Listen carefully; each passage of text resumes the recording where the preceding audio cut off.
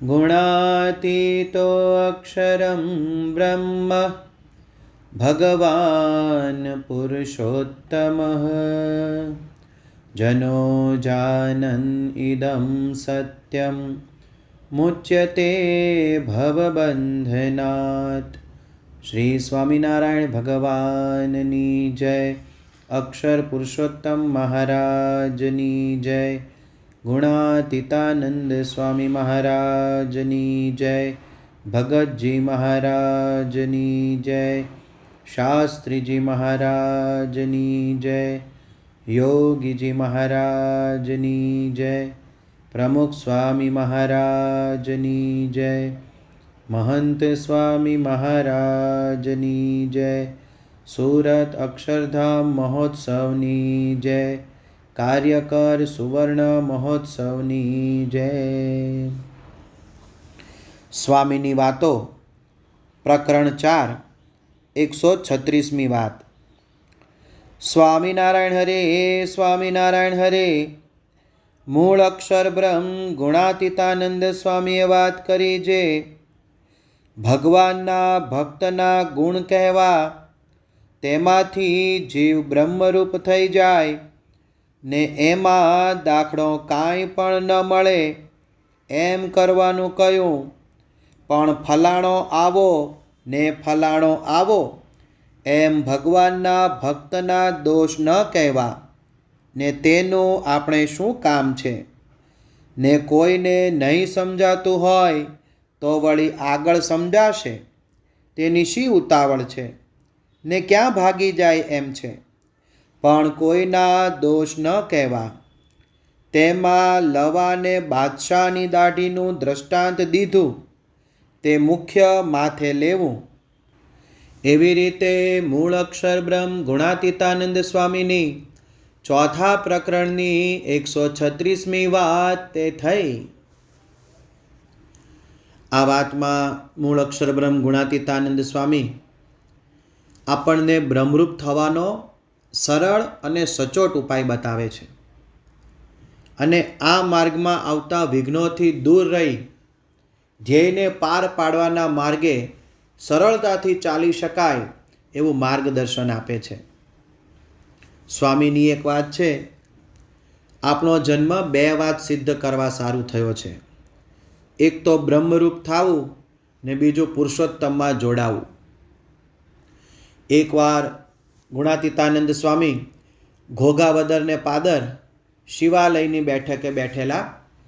ત્યાં તેમણે 5 વચનામૃતો ગઢડા પ્રથમ પ્રકરણનું 23, ગઢડા મધ્ય પ્રકરણનું 30, ગઢડા મધ્ય પ્રકરણ 45, અમદાવાદનું બીજું અને અમદાવાદનું ત્રીજું એમ 5 વચનામૃતો વંચાવીને કહ્યું કે બ્રહ્મરૂપ થઈને ભક્તિ કર્યા વગર છૂટકો નથી। શ્રીજી મહારાજે પણ શિક્ષાપત્રીના 116મા શ્લોકમાં લખ્યું, નિજાત્માનમ બ્રહ્મરૂપમ, બ્રહ્મરૂપ થવાની આજ્ઞા કરી। બ્રહ્મરૂપ થવું એ આધ્યાત્મિક માર્ગની સર્વોચ્ચ સ્થિતિ છે, જેને પામ્યા પછી કાંઈ પામવાનું બાકી રહેતું નથી। આવી દુર્લભ સ્થિતિ માટેનો ખૂબ જ સરળ ઉપાય આ વાતમાં સ્વામીએ સમજાવ્યો કે ભગવાનના ભક્તના ગુણ કહેવા। આનું કારણ શું? બ્રહ્મરૂપ થવાની સ્થિતિ ભગવાન અને સંતની પ્રસન્નતાથી જ પમાય છે। તે પ્રસન્નતાનો ઉપાય છે ગુણ ગ્રાહક બનવાનો, ગુણ ગ્રાહક દ્રષ્ટિ કેળવવાનો। ગઢડા પ્રથમના 28મા વચનામૃતમાં મહારાજ કહે છે, ગુણ ગ્રહણ કરે તે વધતો જાય છે। તો વળી અંત્યના 21મા વચનામૃતમાં કહ્યું કે જે ભગવાનના ભક્તનો અવગુણ લેતો હોય તેના હાથનું તો અમને અન્ન જળ પણ ભાવે નહીં। દેહનો સંબંધી હોય પણ જો ભગવાનના ભક્તનો અવગુણ લે તો તે સાથે પણ અતિશય કુહેત થઈ જાય છે। ગુણાતીતાનંદ સ્વામીએ પણ આવી જ વાત કરી કે નિત્ય લાખ રૂપિયા લાવે પણ સત્સંગનું ઘસાતું બોલે તો તે મને ન ગમે, ને સૂતો સૂતો ખાય પણ ભગવાનના ભક્તનું સારું બોલે તો તેની ચાકરી હું કરાવું એવો મારો સ્વભાવ છે। આપણે બધા નિત્ય નિયમનું વાંચન કરીએ છીએ વચનામૃત ગ્રંથનું, એમાં શરૂઆતમાં પરથારો આવે છે. એમાં શ્રીજી મહારાજની એક સ્વાભાવિક પ્રકૃતિનું વર્ણન છે. એમાં લખ્યું છે કે પોતાની આગળ કોઈક સાધુનું અથવા હરિભક્તનું કોઈ ઘસાતું બોલે તે સાંભળીને તેની ઉપર પોતે કચવાઈ જાય છે ને તેનો અનાદર કરીને ઠપકો આપે છે. યોગીજી મહારાજ પાસે કંડારી ગામમાં ડૉક્ટર સ્વામી ખાનગી વાત કરવા ગયા. કોઈ હરિભક્ત વિશે બહાર સંભળાતી વાતનો માત્ર ઉલ્લેખ જ કર્યો, ત્યાં જ યોગી બાપા હાથ છોડાવીને બહાર આવી ગયા. એકવાર આણંદથી અમદાવાદ જતા ટ્રેનમાં મહંત સ્વામી મહારાજને ન છૂટકે કોઈ હરિભક્તના મોઢે અભાવ અવગુણની વાતો સાંભળવી પડી. અમદાવાદમાં યોગીજી મહારાજે પૂછ્યું, રસ્તામાં શું વાતો થઈ? ત્યારે મહંત સ્વામી મહારાજે વાત કરી અને પ્રાયશ્ચિત રૂપે સળંગ 2 નિર્જળ ઉપવાસ યોગી બાપાએ આપ્યા. હવે આપણે વિચાર કરવાનો કે અનાયાસે સાંભળવાની મરજી નહોતી છતાં સાંભળ્યું તો 2 નિર્જળ ઉપવાસ મળ્યા, તો આપણને કેટલા નિર્જળા ઉપવાસ મળે? તો પછી અવગુણની વાતો કેમ થાય છે? કારણ કે બીજાના અવગુણની વાતો કરવામાં પોતાનો અહંકાર પોષાય છે અને એમાંથી આનંદ આવે છે, જે વિકૃત આનંદ છે.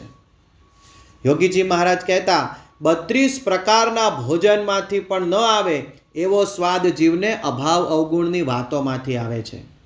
અને માણસનો સ્વભાવ કાગડા જેવો જ છે. ચતુર કાગડો પ્રાણીના શરીરે પડેલા ચાંદા ઉપર જ જઈને બેસે, એમ અભાવ અવગુણ પર જ વ્યક્તિની દ્રષ્ટિ પહેલી જાય છે. આ અવગુણની વાતો કરવાથી શું થાય, શું નુકસાન થાય? આનાથી આપણને જ હૈયામાં અશાંતિ રહ્યા કરે. બીજાના દોષોનું ચિંતન કરવામાં રહીએ તો આપણામાં પણ તે સ્વભાવ આવી જાય. એના દ્રષ્ટાંતો ઇતિહાસમાં છે. બંધિયાના દરબાર જેસોજી જાડેજા શ્રીજી મહારાજના પાર્ષદ હતા, ખૂબ સેવા કરતા. એટલે શ્રીજી મહારાજે રાજી થઈ તેમને અંતર્યામીપણું આપ્યું. અંતર્યામીપણું આવે એટલે જેવા બીજાને જુએ એટલે સ્વોટ એનાલિસિસ થઈ જાય. સ્વોટ એનાલિસિસ એટલે શું? તો S for strength, W for weakness, O for opportunity અને T ફોર થ્રેટનેસ. એના પ્લસ માઇનસ બધા જ ગુણ દેખાઈ જાય. હવે આ દેખાયા પછી જેસોજી જાડેજા પોતે જાણતા થયા એટલે બીજાને કહેવા લાગ્યા. શ્રીજી મહારાજે ના પાડી, કોઈને કહેશો નહીં. શ્રીજી મહારાજ જેના ગુણ ગાય તેના દોષો જોઈને તેની વાત જેસોજી કરે. પરિણામે એમને અંતરમાં ભૂંડા ઘાટ થવા લાગ્યા અને છેવટે પરણીને સંસાર માંડ્યો. આ વાત ગરડા પ્રથમનું 28મું અને ગરડા પ્રથમના 53મા વચનામૃતમાં મહારાજે કરી છે કે અવગુણ લેવાનો સ્વભાવ હોય તે દિવસે દિવસે સત્સંગમાં પાછો પડતો જાય, અર્ધ બળેલા કાષ્ઠની પેઠે ધૂંધવાતો રહે. એટલે યોગીજી મહારાજ કેફમાં કહેતા કે અક્ષરધામમાં જવાનો એક જ રસ્તો છે, વન વે છે. એટલે અવગુણ લેવાના રસ્તા બંધ. અને યોગી બાપાએ તો યોગી ગીતામાં લખ્યું કે સત્સંગમાં અભાવ અવગુણ રૂપ ખટાશ ન આવે તો સત્સંગનું સુખ કેસર કેરી જેવું ગળ્યું આવે. પ્રમુખ સ્વામી મહારાજ જ્યારે મુંબઈના કોઠારી સ્વામીને પહેલીવાર મળ્યા ત્યારે બહુ એક મીઠી મધુરી વાત કરેલી કે આ સત્સંગ તો સમુદ્ર જેવો છે, તેમાં છીપલા પણ છે અને મોતી પણ છે. આપણે મોતી વીણી લેવા, એટલે કે ગુણો ગ્રહણ કરવા. યોગીજી મહારાજ પણ કહેતા કે અવગુણ કોઈનો લેવાનો, ઝેર ખાવાનો રસ્તો ન લેવો. અરે જેમને અધિકાર છે તે પણ જોતા નથી તો આપણાથી કોઈનો અવગુણ કેમ જોવાય? વચનામૃત ગરડા અંત્ય 21 મહારાજે કહ્યું, ભગવાનનો જે ભક્ત હોય તે ગમે તેવા વાંકમાં આવ્યો હોય તો પણ અમારે એનો અવગુણ આવતો નથી. પ્રમુખ સ્વામી મહારાજ વારે વારે કહેતા કે આપણને બીજાના દોષો જોવાનો અધિકાર જ નથી. ગુણાતીતાનંદ સ્વામીની વાત છે કે ભગવાન પોતાના આશ્રિતના દોષો સામે જોતા જ નથી. જેમ ગૃહસ્થ પોતાની મા, બહેન અને દીકરીના અંગ ઉઘાડા જુએ તો અવળું જોઈ જાય છે. યોગીજી મહારાજ કે મને 50 વર્ષ સત્સંગમાં થયા પણ થાથા થાબડા જેવો હોય, કાંઈ ન આવડતું હોય, વિરોધી હોય તો પણ કેદી એનો અવગુણ આવ્યો નથી. પ્રમુખ સ્વામી મહારાજને શાસ્ત્રીજી મહારાજની સુવર્ણ તુલા વખતે હરિભક્તો વગર વાંકે વઢ્યા તોય અવગુણ ન લીધો. અને સ્વામી બાપા બોલ્યા કે એ બધા જૂના સમર્પિત ભક્તો હતા, એમને કહેવા વઢવાનો અધિકાર હતો, એમ કહીને ગુણ લીધો. જો અવગુણ લેવાની ટેવ પડે તો નાના હરિભક્તોથી અવગુણ શરૂ થાય, પછી આગળ વધતા છેક ભગવાન અને સત્પુરુષ સુધી અવગુણ લેવાની ટેવ પડી જાય. બુઢા ધાધલને પહેલાં તો દાદા ખાચરનો અભાવ આવ્યો, પછી સદગુરુ મુક્તાનંદ સ્વામીનો અને છેવટે શ્રીજી મહારાજનો પણ અવગુણ આવેલો. લોયાનું પહેલું વચનામૃત છે કે મોટાનો અવગુણ આવે એ માથું કપાયા બરાબર છે. ગુણાતીતાનંદ સ્વામીના વખતમાં લોટિયા સાધુ હતા, મહાત્યાગ વૈરાગ્યવાળા. લોટ હોય એમાં પાણી નાખી અને જમી લેવાનું, આને કહેવાય લોટિયા સાધુ. ગુણાતીતાનંદ સ્વામીને જમતા જોયા, એમનો અવગુણ આવ્યો તો સત્સંગ છોડી જતા રહ્યા. મુક્તાનંદ સ્વામીએ કહ્યું ને, જે સૂરજ સામી રજ નાખે તે ઉલટી આવી પડે આંખે, રવિ રોષ રાગ મન નવ રાખે. હવે સૂરજ દાદાને શું ફેર પડે કોઈ એની સામે રજ નાખે તો? એ રજ તો ઉલટી એ નાખનાર ઉપર જ આવીને પડે છે, કારણ કે સૂરજનું વ્યક્તિત્વ અતિ વિશાળ છે, તેજસ્વી છે. એમ ભગવાન અને સત્પુરુષમાં કોઈ અવગુણ નથી, છતાં કોઈ લેવા જાય તો પોતે દુખ્યો થાય. એવું જ હરિભક્ત માટે. વચનામૃત ગરડા પ્રથમનું 24મું કે ભગવાનને સંતને વિશે દોષ પરઠે તે દોષ એને જ પીડે છે. આનું વાઈસ વર્ષા એના બરાબર સામા છેડે. જો મોટા પુરુષ કે સત્સંગનો ગુણ આવે તો ફાયદો પણ મોટો છે. એક નાગર હરિભક્તને ગુણાતીતાનંદ સ્વામીનો ગુણ આવ્યો કે સ્વામી તો બાજરાનો રોટલો, મીઠું અને છાશ બધું મેળવીને જમે છે, એકદમ નિસ્વાદી સત્પુરુષ છે, ગુણાતીત સંત છે. તો એનો સ્વાદ ટળી ગયો. ભક્ત ચિંતામણીમાં લખાયું છે, કોઈ કહેશે આ સંત બહુ સારા રે, ખરા કલ્યાણ ના કરનારા રે, એટલો જ ગુણ કોઈ ગ્રહશે રે, તે તો બ્રહ્મ મોલે વાસ લેશે રે. કંઈ કરવાની જરૂર નથી, માત્ર મોટા પુરુષના ગુણ ગ્રહણ કરીએ, સંતોના ગુણ ગ્રહણ કરીએ અને હરિભક્તોના ગુણ ગ્રહણ કરીએ એટલે બ્રહ્મ મહોલમાં વાસ આપણો 100% થઈ જાય. એકવાર જૂનાગઢમાં એક મુસલમાન ભાઈ બાંગ પોકારતો હતો. એ બાંગ પોકારતી વખતે એને ગુણાતીતાનંદ સ્વામીના દર્શન થયા અને સાહજિકપણે બોલાયું કે સ્વામિનારાયણ કા બાવા કૈસા બન્યા હૈ, આટલો જ ગુણ લીધો. અને એ વખતે ગુણાતીતાનંદ સ્વામીએ રાજી થઈને આશીર્વાદ આપ્યા કે હવે એને બાંગ પોકારવી નહીં પડે. જો ગુણો કહેવા સાંભળવાથી સત્સંગ, સંતો, હરિભક્તોને જોવાની દ્રષ્ટિ દિવ્ય થઈ જાય છે. દિવ્ય ભાવ, બ્રહ્મ ભાવ આવી જાય છે. ભગતજી મહારાજને ગઢડાના માના ભક્તે કહ્યું કે આ તમારા બાબુલા જેવા શિષ્યોમાં બંધાશો નહીં. ત્યારે ભગતજી મહારાજ બોલ્યા કે આ ભગવાનના ભક્તોને બાબુલા જેવા કહેવાય જ કેમ? જો બાબુલા કહીએ તો જીવ નાશ પામી જાય. હું તો આ બધા ભક્તોને બ્રહ્મની મૂર્તિ દેખું છું. વચનામૃત ગઢડા અંત્યનું 2 માં મહારાજ કહે છે, જેવી શ્વેત દ્વીપમાં સભા છે ને જેવી ગોલોક વૈકુંઠમાં સભા છે ને જેવી બદ્રિકાશ્રમને વિશે સભા છે, તેથી પણ આ સત્સંગીની સભાને અધિક જાણું છું અને સર્વે હરિભક્તને અતિશય પ્રકાશયુક્ત દેખું છું. એમાં જો લગાર પણ મિથ્યા કહેતા હોઈએ તો આ સંત સભાના સમ છે. મુક્તાનંદ સ્વામીએ પણ ગાયું ને કે મારા વાલાજી શું વાલપ દિશે રે, તેનો સંગ શીદ તજીએ, તે વિના કેને ભજીએ. જાગા સ્વામી પોતાની પૂજામાં ભક્તોની નામાવલી રાખતા અને તેનો રોજ પાઠ કરતા. આવો મહિમા સમજતા ભક્તોનો એકવાર પર્વતભાઈને ભક્તોનો અદ્ભુત મહિમા કેવો છે એનો પરિચય શ્રીજી મહારાજે કરાવ્યો. શ્રીજી મહારાજે બધી સંત સભામાં પૂછ્યું કે જે ઢોલિયાના સત્સંગી હોય તે અહીં અમારી પાસે બેસે ને સત્સંગીના સત્સંગી હોય તે હરિભક્તો પાસે બેસે. એટલે મોટા ભાગનો સમુદાય ઢોલિયાના સત્સંગી થઈ ને ઢોલિયાની બાજુમાં બેઠા. પણ વન એન્ડ ઓનલી પર્વતભાઈએ કહ્યું કે હું સત્સંગીનો સત્સંગી છું. તેથી મહારાજે દૂર પાછળ બેસાડ્યા કે જાઓ સત્સંગીની બાજુમાં જઈને બેસો.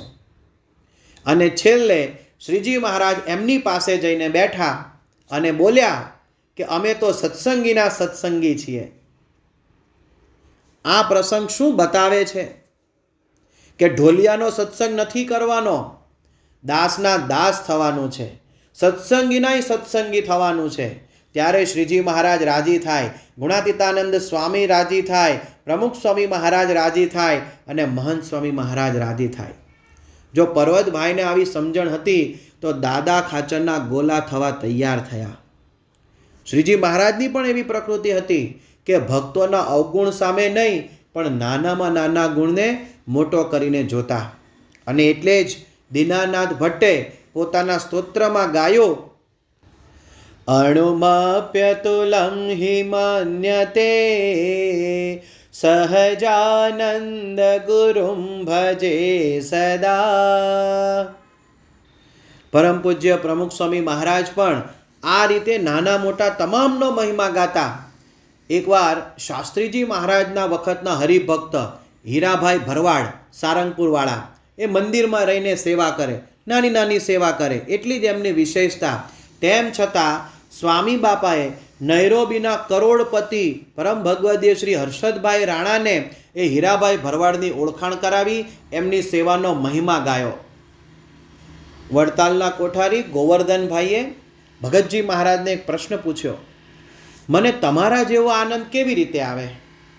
ત્યારે ભગતજી મહારાજ બોલ્યા કે વડતાલના 2000 સાધુ અને બ્રહ્મની મૂર્તિ માનો. હવે કોઠારી હોય એટલે સ્વાભાવિક રીતે નાના મોટા સાધુ સંતો હરિભક્તો સૌ તેમને મળે, દંડવત કરે, પ્રણામ કરે, પોતે નિષ્કપટ થાય. અને નિષ્કપટ થાય એટલે એના અભાવ અવગુણ છે એ હૈયામાં લાગી જાય, ચોંટી જાય, પછી એનો મહિમા ન સમજાય. એટલે એમને બ્રહ્મની મૂર્તિ જોવાની વાત ભગતજી મહારાજે કરી. આમ ભક્તોના ગુણ ગાવાથી, મહિમા ગાવાથી સત્સંગનો આનંદ આવે. ગુણાતીતાનંદ સ્વામી આ વાતમાં આપણને સમજાવે છે કે કોઈને નહીં સમજાતું હોય તો આગળ સમજાશે, એની ક્યાં આપણે ફિકર છે, ક્યાં ચિંતા છે. કોઈ દર્દી હોસ્પિટલમાં દાખલ થાય પછી તેનો રોગ મટવાનો જ હોય, કોઈને વહેલો મટે તો કોઈને મોડો મટે, પણ ડૉક્ટર હોશિયાર હોય, નિષ્ણાત હોય, કાબેલ હોય તો રોગ કાઢે ને તંદુરસ્તી આપે જ. તેમ આપણા સત્સંગમાં પણ સૌને વહેલી મોડી બ્રહ્મ સ્થિતિ થવાની જ છે, કારણ કે આપણને જે ગુરુ મળ્યા છે ને એ મહાસમર્થ છે. અહીં આગળ ગુણાતીતાનંદ સ્વામી લવા અને બાદશાહની દાઢીનું દૃષ્ટાંત આપે છે. આ લવો બાદશાહનો કારભારી હતો. એટલે એકવાર બાદશાહે તેને પૂછ્યું કે લવાની અને બાદશાહની બેવની દાઢીને આગ લાગે તો કોની પહેલાં ઓલવે? એવું પૂછ્યું એટલે લવાએ તરત કહ્યું કે જહાંપનાહ, પહેલાં મારી દાઢીને 2 લહરકા મારી લઉં પછી તમારી દાઢી ઓલવું. એમ આપણે બ્રહ્મરૂપ થવાનું છે એના ઉપર ધ્યાન રાખવું. જેમ નટ ચડે વળી વાસડે, જોવા મળે સઘળું ગામ, પણ નટ ન જુએ કોઈને, જો જુએ તો બગડે કામ. આજે આપણે બધા ધંધા રોજગાર કરીએ છીએ, ઇન્કમ ટેક્સ રિટર્નની ફાઇલ બનાવીએ છીએ, આપણા એકાઉન્ટના ચોપડા તૈયાર કરીએ છીએ, તો વેપારી પોતાના ચોપડા મૂકી અને બીજાના ચોપડા ક્લિયર કરે કે પોતાના કરે? પોતાના ચોપડા ક્લિયર રાખે ને, કારણ નહીંતર તો ઇન્કમ ટેક્સની રેડ પડી જાય તો નુકસાન થાય. બસ એવી જ રીતે જેમ વણિકના નામાનું વચનામૃત છે એ આપણે સિદ્ધ કરવું પડે. તો આજના શુભ દિવસે મહારાજ સ્વામી, પરમ પૂજ્ય પ્રમુખ સ્વામી મહારાજ અને પરમ પૂજ્ય મહંત સ્વામી મહારાજના ચરણોમાં પ્રાર્થના કરીએ કે અમને સંતો અને હરિભક્તોના ગુણ જોવાની, ગ્રહણ કરવાની, એનું મનન કરવાની અને કહેવાની ટેવ પડે અને અમારો બ્રહ્મરૂપ થવાનો માર્ગ ખૂબ સરળ આપે કરી આપ્યો છે. અને એ માર્ગે ચાલવાનું વિશેષ બુદ્ધિ, બળ અને શક્તિ મળે એ જ આપના શ્રી ચરણોમાં પ્રાર્થના. શ્રી સ્વામિનારાયણ ભગવાનની જય. गुणातीतं गुरुं प्राप्य ब्रह्मरूपं निजात्मनः विभाव्य दासभावेन स्वामिनारायणं भजे। श्रीहरिं साक्षरं सर्वदेवेश्वरं भक्तिधर्मात्मजं दिव्यरूपं परं शान्तिदं मुक्तिदं कामदं कारणं स्वामिनारायणं नीलकण्ठं भजे श्रीहरिम्।